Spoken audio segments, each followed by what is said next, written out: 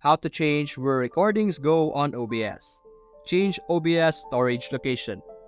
Hello guys and welcome back to today's video. In today's video, I will be showing you where you will be able to modify the saving location of your OBS video. Now for me, my saving location is over here in my videos. As you can see here, these are all OBS recordings. And to be able to find and modify where that is, or where you could decide where you want the different videos to be saved to, simply click on settings over here. And you will see our settings over here and click on output. Under output, this is where you will be able to see your streaming and recording. And as you can see here on the recording section, you have your recording path.